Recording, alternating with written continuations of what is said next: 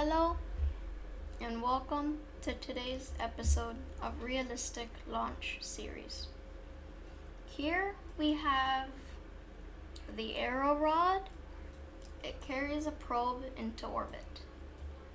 It is designed to get into orbit. It has been tested and proven that this thing can get itself into orbit. We will launch it into orbit. We have flight engineer to help us if anything goes wrong, if we need to be more precise. We will start the launch in 3, 2, 1, lift off.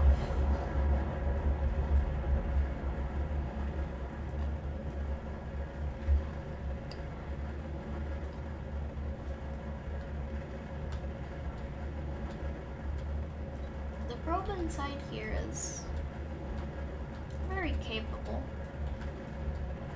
We could probably get a Mon encounter, but I think it's a bit too early for that. We're starting our turn off fairly early. I don't think we're going to do a true gravity turn, just something kind of close so we can be efficient. This takes a little bit of piloting skill. Not the most, but it takes some.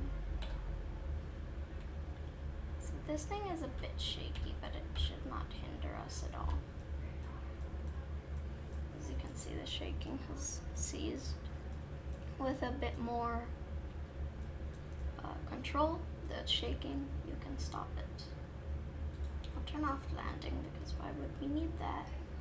I'm not sure why I had it open in the first place.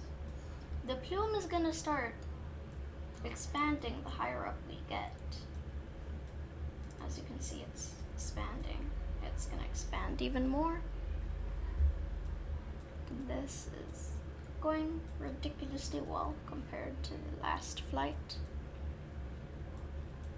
So let's actually we should have to keep going. We can't just stop there. Oh wait, it's pointing up. Okay, that's good. We're using the air to increase our apoapsis. With firm aerodynamics, you can do that. Make space planes simultaneously easier because of that, and harder because you have to make a whole new design because Kerbal Space Program aerodynamics is now Ferram aerodynamics. We're cruising into safe space, so let's deploy the shell. We don't need the shell, we can shed it. We are going to let's add a maneuver node right as close to the apoapsis as possible.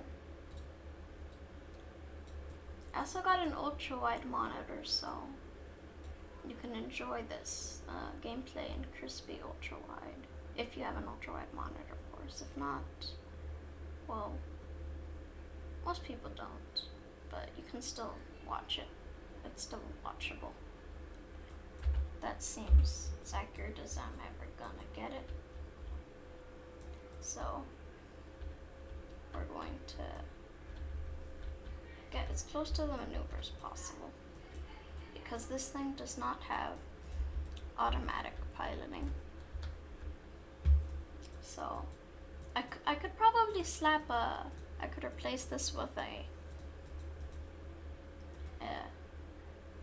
something like this. I forgot what it was called, but it allows you to make automatic piloting with all these little buttons easier. We'll start the burn in this. If you want to know how to toggle that, you go to the settings. You go somewhere. It might not be here. It's right here. It's around here. It's called the Enable Extended Burn Indicator. Yeah, right here. If you disable it, that thing goes away. If you enable it, that thing is there. It's helpful to help you make your burns more precisely without having to bring out a pencil and paper. So that's 5, accept it, and let's resume the flight. I apologize for the interruption, but this is definitely helpful for beginners and experts alike. So you're really close to a maneuver node. You don't know when to start the burn because it's kind of a long burn, but it's hard to do the math in your head to get it precise, or you just don't want to bring out a pen and paper because that would be very inconvenient. This helps. You can see the plume is very scattered. Okay, let's decouple. Yeah. This wasn't the most precise burn, but, well, does the job.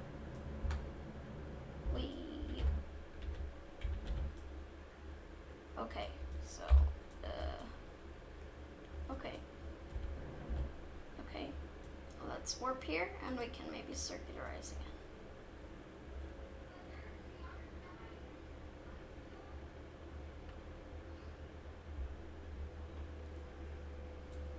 So let's point prograde. Okay, that's very close to circularization. We can warp over here, and we could admire the beauty of the situation we got ourselves stuck in. Let's extend the antenna. Oh, did we already extend it, or? It broke. Well, we can still communicate. So many things have been going wrong on our current missions. This is a Kerbal engineering system chip, so we have this tab.